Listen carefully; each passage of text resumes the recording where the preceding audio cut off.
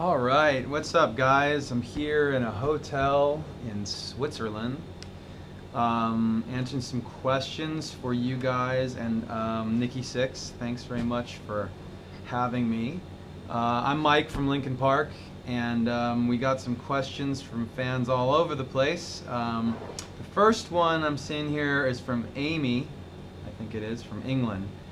She asked, "What's the most exciting thing about touring for you guys?" You know, for I think for all of us, to the man, it's most exciting to do the shows. I mean, there's really nothing that comes even close. You know, for me, on our new album, it's called The Hunting Party, and a lot of those songs, all of those songs, were really written with the live show in mind, and because of that, we're really excited to play a lot of those live. But just like any band, you know, who's been around for a long time, we've got the catalog of music and a connection with the fans, and I feel like a responsibility to play the favorites for the fans when we play. So we do what we can to kind of mix those things up. The next question is from Giovanni from Springfield, Massachusetts. Is The Hunting Party exactly how you imagined it turned out? So The Hunting Party is, I guess I can go back to like the place where it was inspired, or some of the places where the ideas for the album came from. You know, there was a day where I was just looking for something to listen to, and I couldn't really find I couldn't find it. I wanted something aggressive and heavy and, you know, kind of like in your face. And I listened all over the, you know, I tend to look for music in a lot of different sources, and I couldn't find anywhere the kind of style of what I wanted to hear. And so that, for me, whenever that happens, I kind of know that's something that's a moment when it defines, like, or it tells me this is the thing you have to make. So yeah, The Hunting Party is an aggressive record, it's a loud record, it's a rock record, and rock music right now, for me, for, you know, anything in the general scope of it, it's a little bit soft, it's a little bit safe, and we wanted to make an album that was not that way, you know. I grew up on some of my favorite rock albums. Were Shape of Punk to Come by Refused, Relationship of Command by At the Drive-In, Betty by Helmet, Ride the Lightning,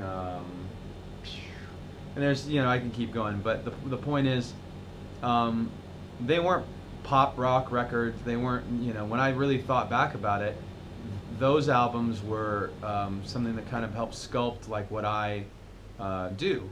So kind of getting back to that sense of like what inspired me to make music in the first place, or what inspired our guitarist Brad or our drummer Rob, so on, to like learn to be a musician. That was kind of the, you know, place where we started on The Hunting Party. Nivea from Brazil asks, how was the order of songs in the album organized? We've gone through a lot of different methods of organizing songs on the album. Sometimes we'll just, you know, throw them all together, you know, with some concept of how it should roll out, and then listen through and see if that's right, and if not, start to switch songs. Other times we won't write them all out. We'll just listen to one song and then see what feels good coming after that, and see what feels good coming after that. It's almost like a train track, like little links in or like a chain, like you put one link after the other until it's done, and then maybe we'll try again and try again. I think this album was a combination of both of those things, but actually we started organizing the order of the songs really early, and at a certain point it actually informed us. You know, we only had, say, 8 or 10 songs done, and with all of the songs kind of laid out, Keys to the Kingdom starting the album and putting certain songs in certain places, we realized, okay, we need a song that sounds like this, we need a song that sounds like that. And so it actually helped inform us what needed to be written. That was a fun way for us to approach it on this album, and I think it really helped the overall shape of the Hunting Party. Matt from Berkeley Heights asks, what was it like to write and work in the studio on this album? Well, Matt, one thing that we did, I'll say two things that were different on this album than any other one that we've done. Number one, it was self-produced.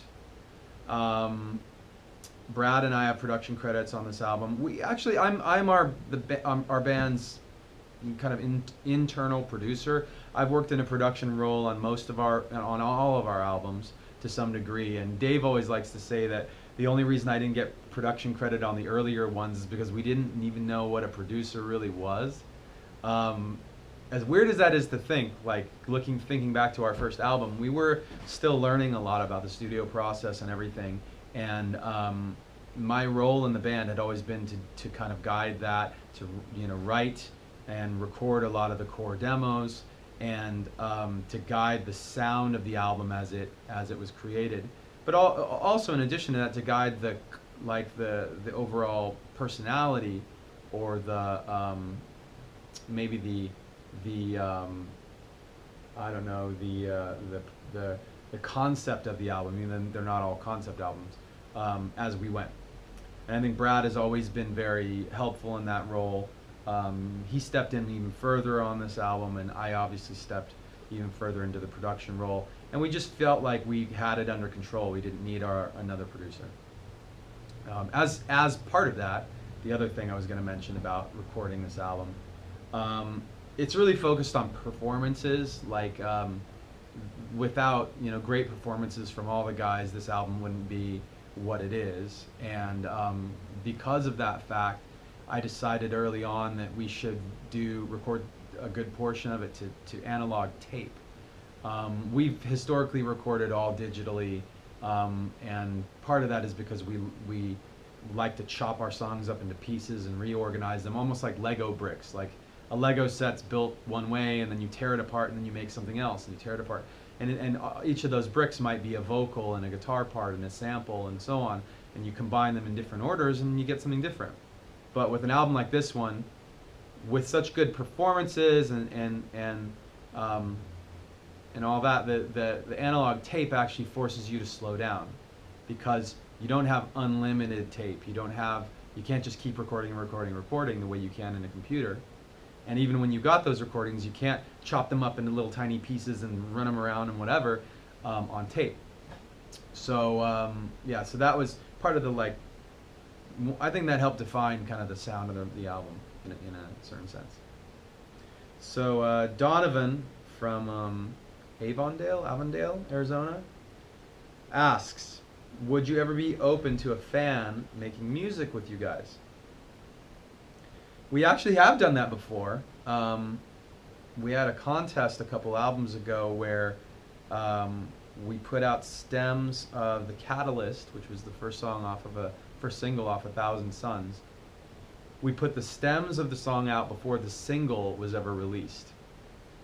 And we let the fans remix the stems, keeping in mind that the stems, it wasn't the whole song. Like the song, if it's 5 minutes long, the stems were only like 45 seconds. So that's all they had to work with, is these random little pieces. And by the way, if you put them all together, they wouldn't actually even sound like the song, because they were from different sections of the song. So they couldn't get a sense of what the song was actually supposed to sound like from the pieces we gave them. And they were asked to remix something they've never heard. We chose the winner, the best remix or pre-mix or whatever you want to call it. And we actually brought him, I was going to say brought him in the studio, but we actually did it. He was from Europe. I can't remember. His name was, he went by No Brain. And I want to say he was from the Czech Republic. I can't remember right now. And we actually collaborated with him online, and he recorded a part for one of the songs on 1,000 Suns. So that was a really cool project. If you guys are saying to yourselves, man, I wish I had known about that, that'd be so cool to be a part of something like that, that's the benefit of being in touch with Linkin Park on, you know, Facebook and Twitter and all that, because we are constantly having these weird little ideas and weird little contests that sometimes can turn into something really big. And if you guys are, you know, follow at Linkin Park on Twitter. I'm Mike Shinoda on Twitter. Follow us there, Facebook, whatever. Then you'll know about all these cool things when they happen. Anthony from New York City asks, what's your favorite song on the new album? That changes all the time. Right now, I'd say probably one of my favorites is Rebellion. We recorded that song with Darren from System of a Down. Wrote it with him and recorded it with him. He came in, and the majority of it was, of the initial writing was me and him in the studio. Just by way of like, how did we arrive there? Our first show ever was with System of a Down. That was back in like the late '90s, and they either had just gotten signed or they weren't even signed yet, and it was our first show. I mean, we were literally like playing our material for the first time in front of anybody. So we've kind of crossed paths with them since then, and on this album, The Hunting Party, we did a song called Rebellion, and he came in with some really cool, you know, guitar parts that are just kind of signature, Darren, signature System of a Down, and we added, you know, our flavor to it and mixed it all up, and I think it was a really fun thing to do, and a really cool combination of sounds and styles at the end of the day.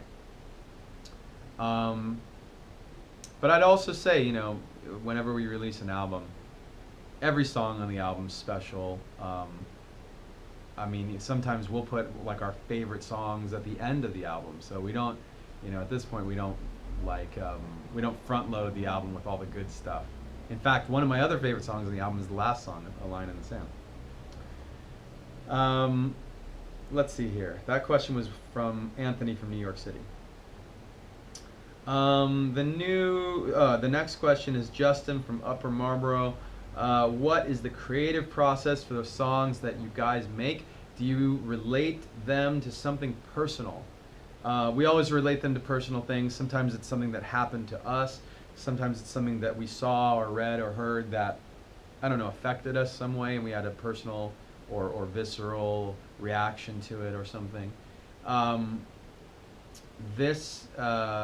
think I spoke a little bit about the process of making this album, but I'd also say lyrically, on The Hunting Party, you know, it's an aggressive album. It's a really loud album. It might be the heaviest album we've ever made. I don't. I mean, it depends on what your you know, definition of heavy is. But from the thinking about like the lyrics, we, as, you know, older adults, versus like, you know, what do we get angry about? What kind of, you know, lyrics go into a heavy song these days versus what it would have been, you know, 15 years ago? It's very different, right? When we were writing like Hybrid Theory and Meteora, like a lot of those songs were about, if you listen, it's a lot about me and you. It's a lot about interpersonal relationships. And this album definitely has that too, but it's from a different perspective, and also I think there's a worldly perspective that, as we've gotten older, you know, I get angry about different things now than I used to back then. One of the best examples was our bassist Phoenix. His brother works for an organization that fights child slavery, sex slavery, and horrible things like that are going on in the world. And when I read about those things that I know are happening out there, it really pisses me off. It's just disgusting stuff, you know, to think somebody would do that to a young person or child or whatever. And so those types of things work their way on to this album. Just a couple more questions here. This one is from Chris from Yorkville, Illinois. He says, what advice would you guys give me give to me wanting to start making my own music or my own band? It depends on what kind of artist you are. I always say to young people, you know, the most important thing to do when, you know, if you're making music, don't make it for somebody else. make it for yourself. First and foremost, make sure that you're making something that you love. Don't make something you think other people are going to love, because at the end of the day, you know, you're going to have to stand behind that stuff. And I heard a story once that the band The Cure, recorded a song that they didn't particularly like, and then it became a huge single, and it became one of the songs they're known for, and they had to play it every night over and over and over, and they just got so sick of playing it. They hated the song, and they hated the whole experience because they didn't really love the song in the first place. And I would never want you to be in that position. We never put ourselves in that position. Every song on our albums is something that we love and we can stand behind, at least at the moment in which we write it. I'm probably going to hit a couple of these quickly. Let's see if we can do that. Adrian from Malaysia, are you going to be releasing a greatest hits album? I would say that definitely will happen at some point. We don't have plans for it. That's more of a question for our label. Warner Brothers will put one of those out at some point. It's just, I don't know if it's this way for every band, but for us, it's not something that's necessarily like on our radar. But at some point, if that is a good idea, hopefully we pick the right songs for you guys. Gautam from India asks, how was your experience working with the other artists on this album? This album has 4 notable collaborators, I think, on as far as performances. That's Rakim, Paige Hamilton from Helmet, Darren from System, and Tom Morello from Rage and Audio Slave. Rage Against the Machine is like one of my favorite rock bands, as are all of the ones I named. In fact, they're all really important bands for me growing up. But working with Tom was funny because we didn't actually end up writing a song. We ended up just kind of jamming and talking the whole time, and we put this like instrumental of the jam on the album, just to kind of remind us of that. Darren I already talked about. Paige from Helmet is on a song called All for Nothing. That song, just when we had written it, just kind of sounded like him, and so I played it for him and asked him if he'd sing on it, almost just to, definitely to just kind of show him respect for being, the person who kind of inspired that sound. And lastly, Rakim on Guilty All the Same, just a really, I've always been a huge fan of his, and he's incredible, an absolute legend. So it was a real pleasure working with him and all those guys. Svetlana from Russia asks, what other artists are you guys fans of? I can't speak for everybody, but for me, the ones that come to mind, this week, I've been listening to a band called Royal Blood. I've been listening to a Little Saint Vincent. I've been listening to Queens of the Stone Age. I've been listening to, let's see,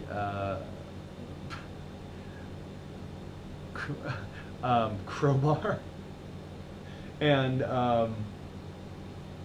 what else? Bring Me to the Horizon. Actually, Bring Me to the Horizon was a funny story because they were actually playing with us on one of these festivals out here, and there was a piece that just came out in a magazine with Chester and Ollie, the singer from Bring Me to the Horizon. Apparently, back on one of our first shows in England, a 13-year-old Ollie was attending the concert as his first concert of all time. His parents dropped him off around the corner. He walked into the venue and got pretty close to the barricade and watched the whole show. And he even got his picture taken. He was even like, there was a camera, it was Kerrang magazine, and they had a camera taking a picture of Chester, and you can see Ollie in the crowd. And that was his first concert, and he became a big Linkin Park fan and eventually decided to get into music himself, and now he's the singer of Bring Me the Horizon. So that actually is appropriate, like really hits me as appropriate right now, because with the Hunting Party, one of the inspirations for doing the album was getting back in touch with the styles of music and the ideas of like the feeling of like being inspired to become a musician, like what songs and what albums inspired us to pick up a guitar, to start singing or playing drums or whatever in the first place. We went back to those albums and really like got back into that mindset and thought, you know, what can I write that will inspire the next generation? So, anyway, we're wrapping it up here. Let's see. Boom, boom, boom. I'm looking through some of these. Dusita from Thailand asks, what inspired your new album cover art? I don't know if you guys have seen it. I'll try and pull it up here as I talk. The album art was originally drawn by a fantastic painter named James Jean. James is a friend of ours, especially Joe. He and Joe are really close friends, and James did a number of sketches for us. And one thing that's never been done with James art, to my knowledge, is turning it into like CG rendering. So in other words, like a 3D model of it. And that's exactly what we did. And the cover looks something like this. I don't know if you can see that at all. But yeah, that's James art, and I think it's incredible. I mean, James is just amazing. So if you get a chance, check out James. Let's do one more question. Let's see. Is The Hunting Party a prequel to Hybrid Theory in terms of genre or its rawness? Let me say first and foremost that when I say that Hunting Party is a heavy album, I say this all the time. As long as there's like a Slayer in the world and Meshuggah and so many other bands, you know, our music will likely never be the heaviest thing in the universe. So I'm aware that there's, you know, when you're talking about heavy, like you could be talking about that. You could be talking about lyrically heavy. I don't know. So that's why I kind of hesitate to call our album a heavy album. You use the word raw. I like that because that is part of the like inspiration of the album, is to create something that is really aggressive and visceral and raw. As far as it being a prequel to Hybrid Theory, now Hybrid Theory was done at a time when, you know, we'd been making music for many years with, you know, in separate from one another, and then together, and then we made Hybrid Theory. The Hunting Party is kind of an attempt to create something that references back to way back before we ever even started playing an instrument. Like I said, it's that moment when, like, what were we listening to when we were just starting to get into music and hadn't really, or when we had been into music, we hadn't yet picked up an instrument. And for me, when I was in that time, I was so picky about music, and a lot of it was the type of stuff that would really piss off my parents. Like they wouldn't allow me to listen to this artist, this artist or that artist. Like, for example, when I asked them a couple times to buy me like a Cypress Hill album, the first Cypress Hill album, and my mom read the names of the songs in the back, and they were like Hole in the Head and How I Could Just Kill a Man and stuff about, you know, smoking weed and whatever. And they were like, no way, you can't have this album. So automatically, I needed to have that album, and I did get it, and those became my favorite albums. Cypress Hill, Public Enemy, Anthrax, you know, Metallica. It was always stuff that was more aggressive, more edgy, and stuff I knew would like piss off my parents. And that to me is like, that's kind of where this whole thing started. So as far as like it being a prequel, that speaks to that. And you know, thankfully we've gotten to actually tour with some of those bands like over the course of the years, from, you know, Metallica to Cypress Hill and Snoop Dogg and Jay-Z. I mean, like, you know, all of this stuff that maybe sometimes it's like what your parents really, really push against. That's the stuff you gravitate towards the most. A funny story before we finish up, like our first single ever was One Step Closer, and the bridge of that song was Shut Up. And Shut Up When I'm Talking to You. And when my mom heard it on the radio,